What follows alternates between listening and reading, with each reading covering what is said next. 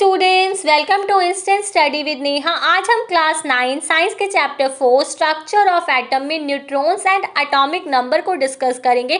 तो let's just start with neutrons. It is discovered by James Chadwick and it is represented by N, यानी कि जो neutron थे उनकी डिस्कवरी जेम्स चैडविक ने करी थी इन 1932। It was discovered after proton and electron, यानी कि हमें इस सब एटॉमिक पार्टिकल के बारे में सबसे लास्ट में पता चला था। जेम्स चैडविक ने क्या किया था, he bombarded lighter elements like lithium and boron, यानी कि उन्होंने क्या लिया था, कुछ लाइटर एलिमेंट्स को लिया था लाइक लिथियम। लिथियम एक लाइटर एलिमेंट है क्योंकि इसका एटॉमिक नंबर 3 होता है एंड बोरोन इसका एटॉमिक नंबर 5 होता है।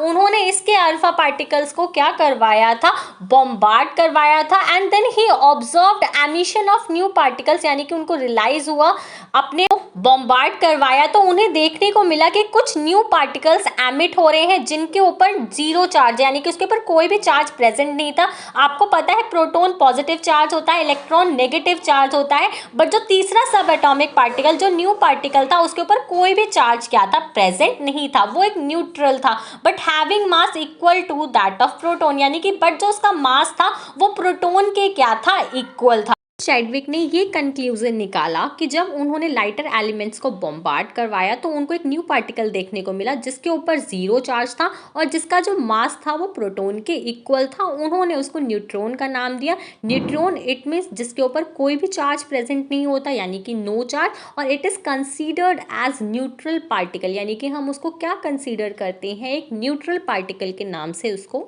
जानते हैं। बाद हम इसका नेक्स्ट पॉइंट डिस्कस करते हैं जिसमें हमें पता है it present inside the nucleus, यानी कि जो भी हमारा न्यूट्रॉन होता है वो न्यूक्लियस के इनसाइड प्रेजेंट होता है। इससे प्रीवियस वीडियोस में हमने इलेक्ट्रॉन एंड प्रोटॉन के बारे में पढ़ा था। तो जो प्रोटॉन होता है वो न्यूक्लियस के अंदर होता है एंड न्यूट्रॉन भी न्यूक्लियस के अंदर होता है, बट जो इलेक्ट्रॉन होता है it present outside the nucleus, वो न्यूक्लियस के बाहर रिवॉल्व क्या है, करते रहते हैं। इसके बाद हम एक और पॉइंट पढ़ते हैं जिसमें हमें पता है neutrons are present in all element except hydrogen, यानी कि न्यूट्रॉन्स हर एलिमेंट में प्रेजेंट होता है लेकिन वो हाइड्रोजन में प्रेजेंट नहीं होता। इसके बाद हम इसका सेकंड टॉपिक एटॉमिक नंबर को डिस्कस करते हैं। It is defined as a total number of protons present in the nucleus of an atom, यानी कि किसी भी एटम के न्यूक्लियस के अंदर कितने प्रोटॉन पाए जाते हैं वो क्या कहलाता है, उसका एटॉमिक नंबर क्या है, कहलाता है।